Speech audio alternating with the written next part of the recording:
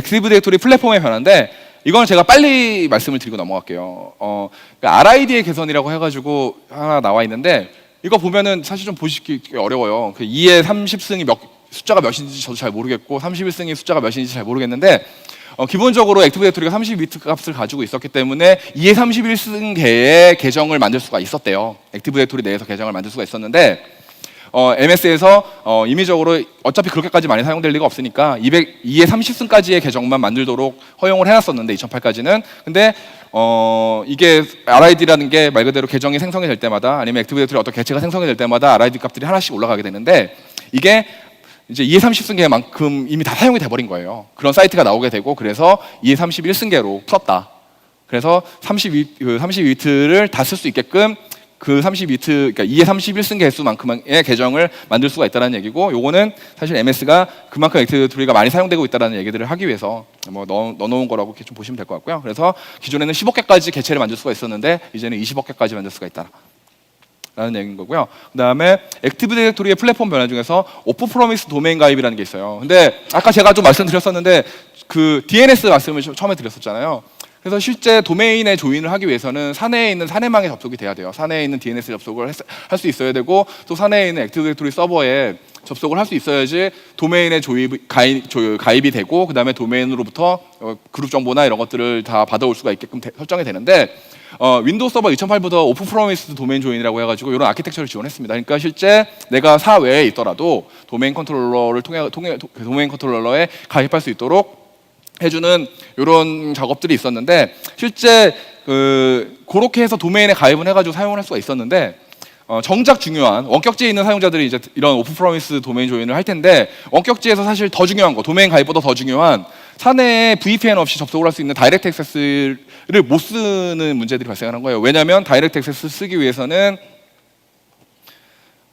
인증서랑 그룹 정책을 받아와야 되는데 이런 것들을 받아올 수가 없었던 거죠. 도메인에 가입은 되지만 이런 것들을 처리할 수 있는 창구가 없었는데 윈도우 서버 2012부터는 이런 것들이 이제 개선이 되면서 오프 프로미스 도메인 가입 시에도 실제 다이렉트 액세스를 사용하기 위한 인증서나 이런 것들을 받아올 수가 있다는 거죠. 다이렉트 액세스에 대해서는 다음 세션에서 아마 더 자세히 설명을 해주실 거예요. 그래서 제가 여기서는 시간 관계상 더 말씀을 드리진 않을 거고 다이렉트 액세스가 어떤 거냐고 하면은 VPN 없이 사내망에 인터넷망을 통해 가지고 사내에 접속할 수 있는 그런 기술이라고 생각을 해주시면 될 것 같습니다. 잘 이해 안 되실 텐데요. 다음 세션 들으시면 아마 쉽게 이해하실 수 있을 거예요. 그리고 라이브 아이디의 로그온 및 계정 동기화 지원한다고 되어 있는데 이것도 이렇게 이 덱을 읽으시는 것보다는요 간단하게 데모 보시면 쉽게 이해하실 수 있어요. 여기 제 가상 머신 중에 이런 윈도우 8이거든요. 윈도우 8에 보시면은 윈도우 8 설치를 해보시고 사용해 보신 분들은 좀 아실 테지만 이게 도메인에 조인되어 있는 클라이언트예요. 근데 여기 보면은 굿이라는 도메인에 정진환이라는 계정으로 도메인 조인되어 있는 사용자인데 이 사용자라는 탭에 보시면은 이런 식으로 마이크로소프트의 클라우드 그러니까 라이브 아이디라고 하는 아이디랑 연동을 하실 수가 있어요. 그래서 실제 이렇게 내 도메인 계정이랑 라이브 아이디랑 연동을 해놓으면 이 설정 동기화를 통해 가지고 이런 식의 이제 옵션들을 가지고 있는 설정 동기화를 통해서 제가 집에서 제 PC에 라이브 아이디를 로그인을 하게 되면은 회사에서 설정되어 있는 설정 정보나 이런 것들이 그대로 다 가져오게 됩니다. 그리고 윈도우 8 같은 경우는 타일 기반이라고 하잖아요. 그러니까 실제 바탕화면 보시면은 뭐가 막 이렇게 막 돼 있잖아요. 이런 것들이 하나의 어떤 그런 모듈들이라고 보실 수가 있는데 이런 것들이 이런 동기화를 통해 가지고 다 싱크가 되는 거예요. 그래서 실제 내 라이브 아이디로 설정을 해놓은 도메인 계정과 라이브 아이디가 하나로 합쳐진다. 그리고 실제 또 액티브 디렉토리에서 그런 것들을 지원을 하고 그 다음에 사내에 설정되어 있는 내 도메인 계정에 설정되어 있는 이제 정보나 이런 것들이 어떻게 보면은 보안상 되게 중요한 부분들도 있을 거잖아요. 근데 그게 내 집에 있는 PC랑 마음대로 동기화되면 안 되죠. 그래서 그런 것들을 막기 위한 그룹 정책이나 이런 것들도 제공하고 있다. 이렇게 이해를 하시면 될 것 같습니다. 저는 사실 MS 직원은 아닌데 MS는 현재 지금 사내에 있는 도메인 계정에서 이렇게 설정을 해놓은 거랑 집에 있는 거랑 100%다 설정될 수 있도록 해놨다고 동기화시킬 수 있다라고 해놨더라고요. 그러다 보면 이제 뭐 제가 회사에서 설정해놓은 즐겨찾기나 뭐 이런 것들도 다 쉽게 땡겼을 수도 있고, 그다음에 앱에 이렇게 설치해놓은 것들이나 이런 것들도 회사에서 집에서 그대로 다 사용할 수가 있는 그런 이제 좀 연속성이나 이런 것들을 가져올 수가 있겠죠. 이게 클라우드가 얘기를 하려고 하는 뭐 그런 클라이언트 얘기들이기도 하고요. 그리고 다시 덱으로 돌아가서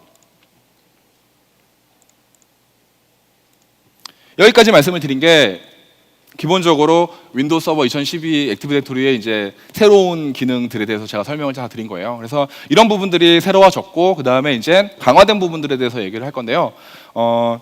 기본 이것도 이제 슬라이드를 보시면서 이해하시는 게 가장 빠를 거예요. 그래서 이런 식의 슬라이드들이 나와요. 요거 딱 보시면은 잘 보이시나요? 뒤에서 여기 뭐라고 글씨 쓰여 있는지. 이거 보시면은 액티브 디렉토리 관리센터라고 명명이 되어 있고요. 그리고 여기에 보면은 뭐 계정 같이 보이는 것들도 좀 있고, 뭐 관리할 수 있는 것처럼 보이는 UI들이 좀 있는 게 보이실 거예요. 여기 보면은 김태희, 이민정, 전지현 이렇게 제가 넣어놨는데 세일즈 팀에 제가 이렇게 세일즈를 좀 사랑하기 위해서 이렇게 넣어놓은 거고요. 여기 어떤 내용을 담고 있냐면은 데모를 통해 가지고 보여드릴게요.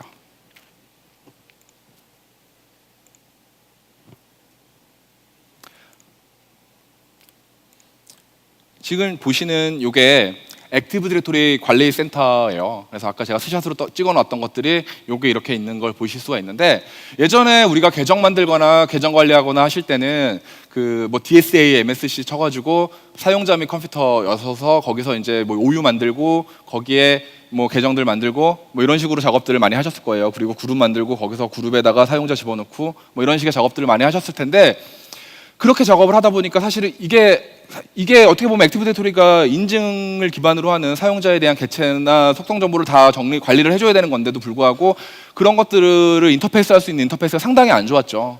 그래서 대부분의 사용하시는 분들이 이 액티브 디렉토리의 계정을 만들어서 사용하시는 것 자체를 그렇게 좋아하지는 않으셨어요. 이건 UI 자체가 너무 구린 거 아니냐라는 말씀들을 많이 하셨었는데, 윈도우 2012의 액티브 디렉토리 관리센터를 통해 가지고 이제 액티브 디렉토리의 기본적인 작업들이 하나로 통합된 거를 보실 수가 있을 거예요. 하나로 통합이 되고 그 다음에 관리나 이런 것들이 좀 더 편해진 걸 보실 수가 있는데, 실제 이제 제가 근무하고 있는 대리라는 회사에 OU나 이런 것, 이제 조직 그룹이나 조직 구성이나 이런 것들을 이런 식으로 쉽게 만드실 수가 있고요.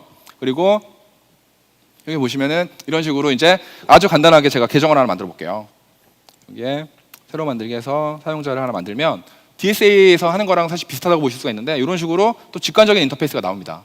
이름 넣을 수가 있고, 여기에 말 그대로 이제 뭐 암호에 대한 설정이나 이런 것들도 넣으실 수가 있고, 조직에 대한 것들도 이런 식으로 하나의 폼으로 나오죠. 옛날에는 탭 가가지고 작업을 했었어야 됐는데 지금 그러실 필요가 없고, 그다음에 그룹이나 이런 것들도 바로 어사인하실 수가 있고요. 그리고 또 직접 연결된 뭐 암호 설정이나 이런 것들, 보안 설정이나 이런 것들도 한꺼번에 다 그 작업을 하시면서 다 한 번에 작업이 가능하세요. 그러니까 어떻게 보면 아주 효율적으로 이 인터페이스가 바뀌었다는 걸 말씀을 드리는 거고요. 그리고 이 액티브 디렉토리 관리센터를 통해 가지고 쉽게 작업을 할 수 있는 부분들이 어떤 게 있냐면요.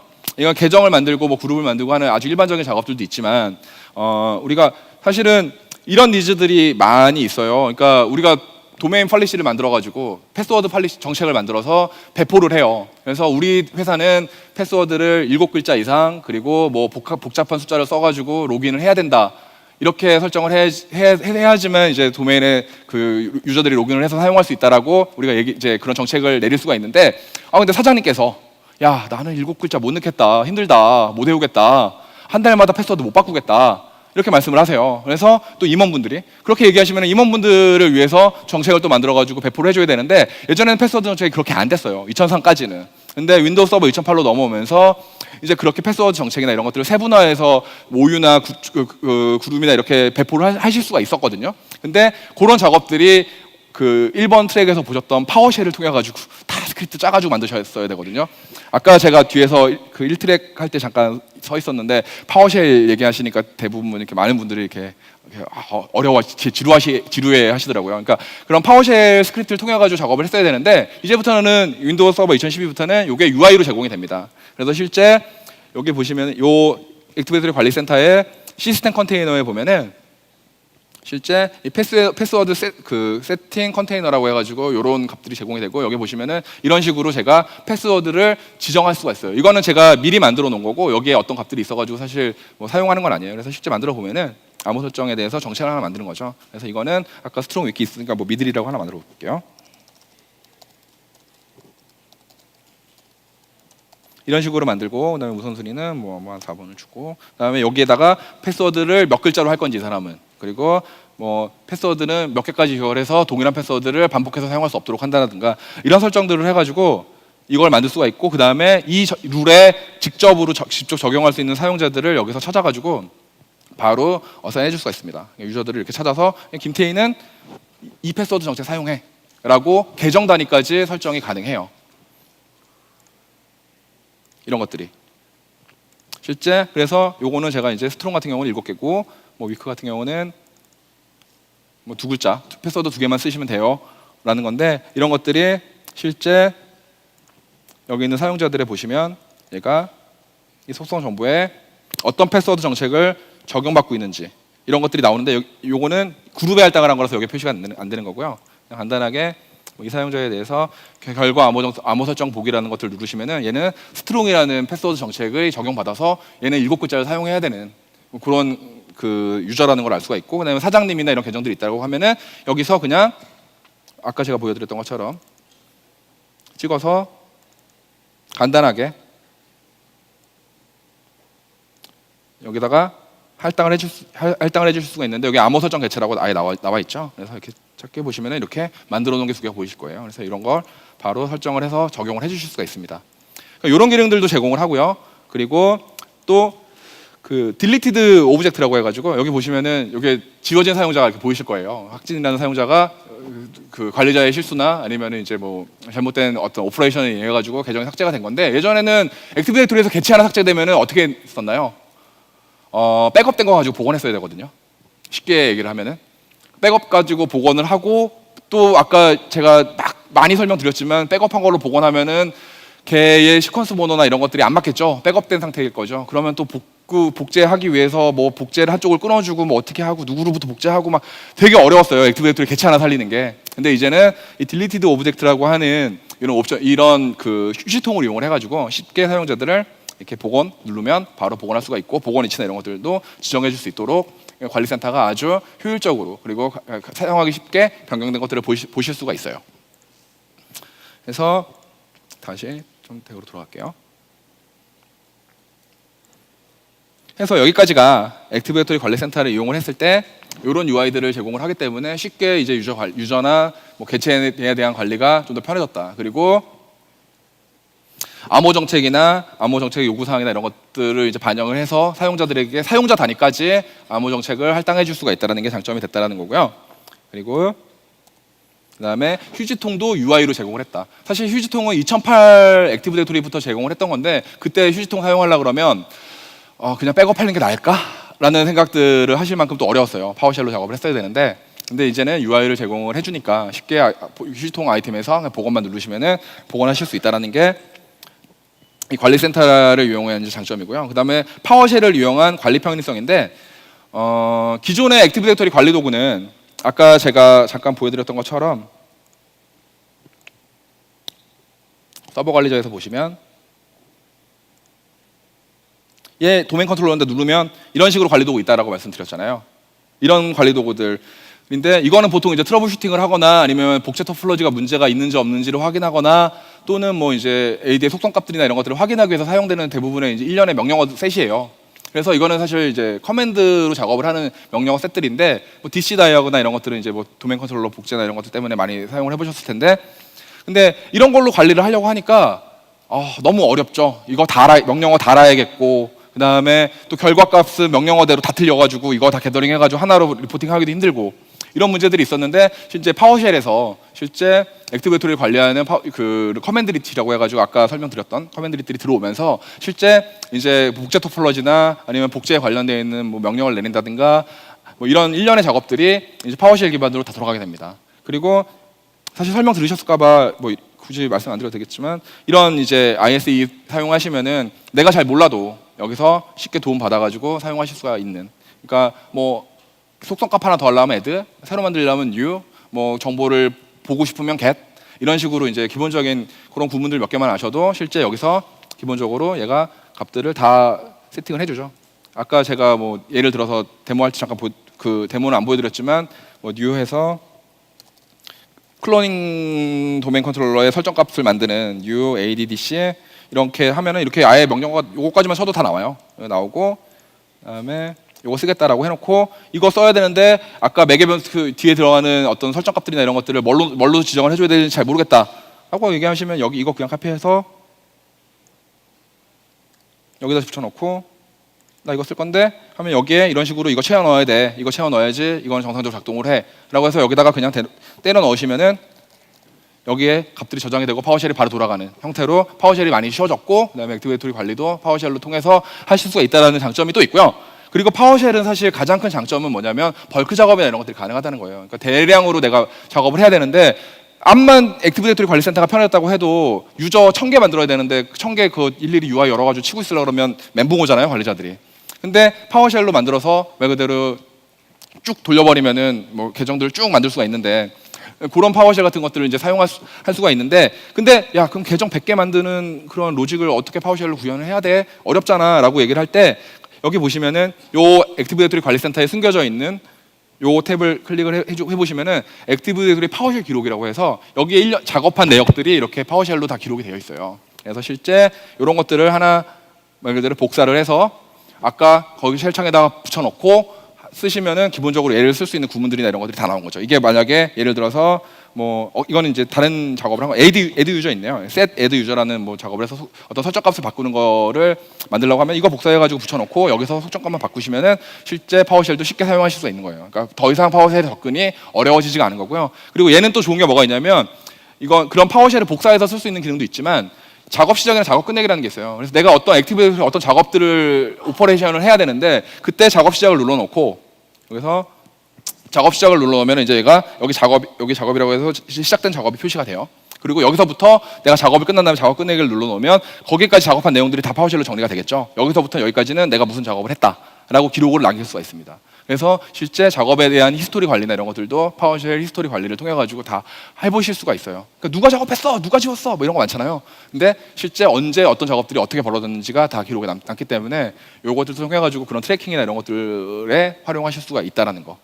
요게 윈도우 서버 2012에서 파워쉘을 사용했을 때 강점들이고, 그리고 이거는 사실 새로운 피처가 아니라고 제가 말씀드렸죠. 강화된 기능들 중에 있는 건데 예전에도 제공을 했었지만 윈도우 서버 2012로 오면서 좀 더 강화되고 더 사용하기 쉽게 됐다라는 것들을 이제 그렇게 보시면 될 것 같고요.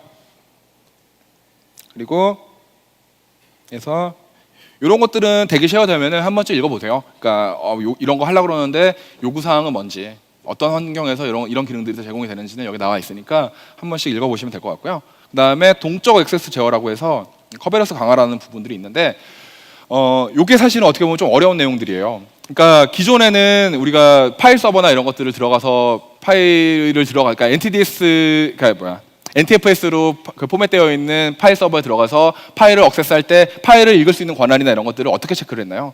보안에서 뭐 특정 유저가 권한이 있음 없음, 읽기 권한, 무슨 권한으로 해가지고 거기에 설정된 값 보고서 아 얘는 읽을 수 있는 애 없는 애를 가려줬었는데, 근데 실제 이제 비즈니스의 요구 사항이나 이런 것들이 이제 그런 거 정도만 요구를 하는 게 아니에요. 그러니까 아주 복잡한 구성들을 요구를 하는 거죠. 실제 그리고 그렇게 해서 운영을 하려고 하다 보니까, 그러니까 말 그대로 그룹 단위에게 어떤 뭐 세일즈 그룹만 들어갈 수 있는 폴더를 만들어서 세일즈 그룹에 있는 애들을 권한을 이렇게 줬는데, 그렇게 해서 하다 보니까 세일즈 그룹에 들어가는 사람이 있고 나가는 사람이 있고 부서 바뀌는 사람들이 있고 이러다 보니까 그걸 일일이 관리자들이 다 따라가서 작업을 해주기가 아주 어려워지는 문제들이 발생을 했어요. 그러다 보니까 요거를 좀 더 어떻게 효율적으로 관리할 수가 있을까, 이런 아이디어들에서 출발을 한 게 이런 다이나믹 액세스 컨트롤이라고 해가지고 이런 것들이 이제 제공이 된다라고 보시면 되는데, 요거는 간단하게 제가 보여드릴게요. 구성이 어떻게 되냐면은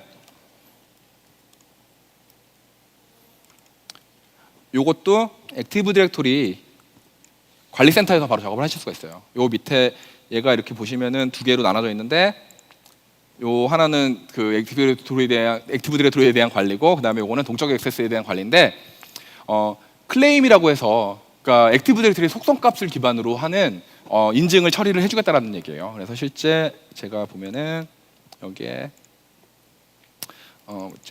제가 테크니컬 그룹에 정진하는 사용자가 있는데, 얘 인증을 할 때는 얘가 파일 서버에 접속할 수 있어 없어를 할 때는 이 권한 계정 자체가 아니면 얘가 속해 있는 그룹 자체가 그 폴더의 권한에 들어가 있느냐 없느냐로 우리가 처리를 했다라고 하면은, 이 클레임 기반으로 가면은 얘 여기 되어 있는 조직에 되어 있는 이런 속성값들 있죠. 요걸 가지고 이 베이스로 컨트롤할 수가 있다는 거예요. 그래서 예를 들어서 이런 것들이 있겠죠. 얘가 부서가 세일즈고 그다음에 뭐 한국에서 근무하는 사용자라면 접속이 가능해. 하지만 얘가 미국에 있는 사용자라면 이 폴더는 안 돼. 아니면 차장급 이상의 어떤 뭐 그런 직책이 있어야지만 이 폴더를 접속할 수가 있어. 이런 식의 시나리오에 맞춰가지고 파일 액세스 이런 걸 권한들을 설정할 수가 있다는 얘기들이에요. 그래서 실제 내용을 간단하게 보시면은 그래서 이런 속성들 베이스로 제공을 하는 그 액세스 컨트롤을 하는 걸 클레임 베이스 액세스 컨트롤이라고 얘기를 하고 클레임은 그런 속성이라고 보시면 됩니다. 그래서 실제 이런 클레임 타입들을 지정을 해요. 아까 제가 말씀드렸던 것처럼 나라, 부서 이런 것들을 설정을 해서 여기에 들어가 있는 사용자, 여기에서 지정되어 있는 여기서 룰로 만든 지정되어 있는 사용자들만 그런 이제 액세스 정책에 이제 말 그대로 적용을 받을 수 있도록 설정을 할 수가 있다는 얘기죠. 그래서 실제 간단하게 먼저 좀 보여드리면. 그래서 여기서 이제 제가 컨트리랑 그 디파트먼트로 말 그대로 이제 퍼미션을 주는 파일 서버를 하나 만든 거예요. 그래서 파일 서버 잠깐 보여드리면 얘가 파일 서버인데 파일 서버에 쉐어 폴더가 하나 있죠.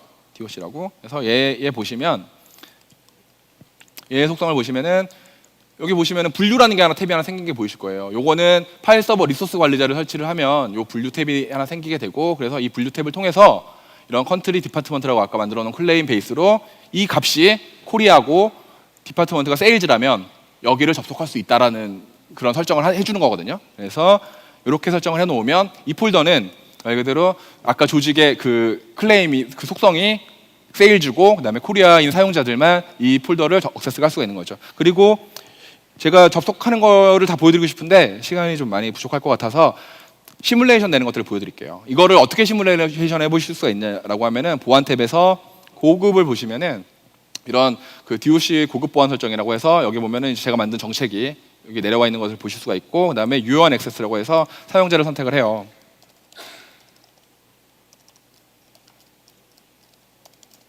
이렇게 이 사용자가 정진환이라는 사용자가 사용자 클레임에 컨트리 그다음에 사용자 클레임이 디폴트고 여기에 만약에 코리아이고 여기가 세일즈라면 얘는 잠깐만 KR이죠? 코리아가 KR이고 세일즈라면은 그러니까 얘가 KR이고 이게 그 세일즈라면은 이런 식의 권한들을 갖는다라는 게 되어 있는 거고요. 얘가 만약에 부서가 ESG로 바뀌었다, 엔터프라이즈 뭐 솔루션 그룹으로 바뀌었다라고 하면은 이런 식으로 액세스 권한이 없다. 이 폴더에 대해서 이런 형태로 보여준다라는 얘기입니다. 그래서 실제 이게 클레임 베이스로 파일 서버에 대한 액세스 컨트롤을 할 수가 있다는 얘기고 실제 액티브 디렉토리 내에서 인증이나 이런 것들은 커버레스를 통해 가지고 인증을 받잖아요. 근데 실제 커버레스 토큰에 이런 클레임 값들을 같이 집어넣어서 이제 커버레스 통신 그 커버레스 보안 인증을 통할 때 이런 속성 값이나 이런 것들이 애드될 수 있도록 해주는 이제 설정이나 이런 것들을 그룹 정책을 통해서 내려줘야 돼요. 그래서 그런 것들을 이제 커버레스 아머링이라고 해서 이제 그 커버레스의 인증 프로토콜도 이제 이런 속성 값들을 지원할 수 있도록 강화가 됐다. 이게